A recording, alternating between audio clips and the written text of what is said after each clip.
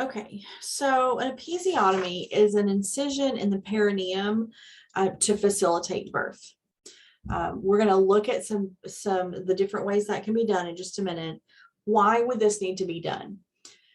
For a long time, episiotomies were done routinely in birth in the US because it was believed that it was safer and prevented tears. And the repair was easier than with a tear. And also because it was believed that the fetal head could be injured by really rigid perineum. A Cochrane review years and years ago found that episiotomy does not decrease the risk of perineal tearing, and it actually increases the risk of the worst tears, the 3rd and 4th degree tears, which go into the rectum over natural tearing. So natural tears are typically smaller and they heal faster than episiotomy.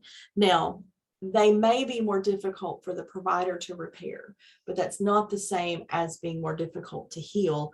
And that's a really important distinction. So there are some times when an episiotomy is needed.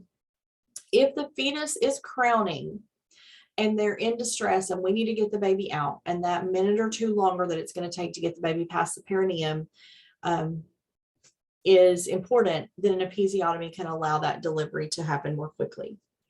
If the baby's head delivers and the shoulders don't, an episiotomy can allow more room to maneuver in a time when time is really, really critical.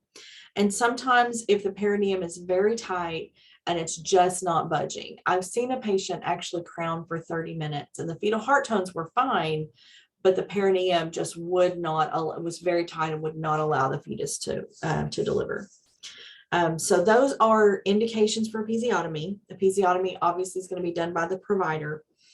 There are some risks, and they're different depending on the type. So let's look at the types.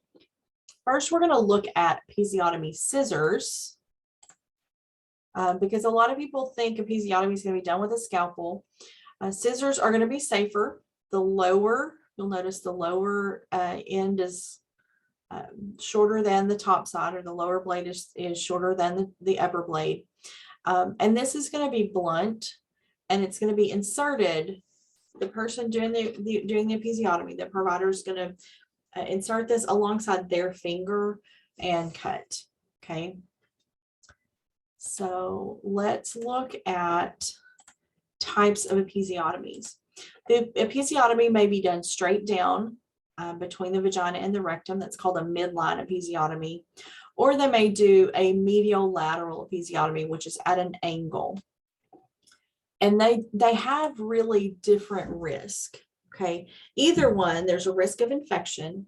There's a risk of chronic pain, numbness, and difficulty with intercourse after, with sex after, because of nerve damage. If they extend into a 3rd or 4th degree laceration, there's a risk of fecal incontinence. So the midline incision is more likely to extend down into the rectum. So because of that, some providers prefer medial lateral, but a medial lateral is almost impossible for them to line back up because of the way the muscles are falling. So it tends to have poor approximation. They tend to be more painful and heal slower. So probably more providers use a midline episiotomy than medial lateral in my experience, but there are pros and cons to each one. Nursing care, it's our role to assist the provider with suture and local anesthetic as needed, and we're assessing for signs of infection or injury or anything. So we're going to come back for one more recording and talk about instrumental delivery.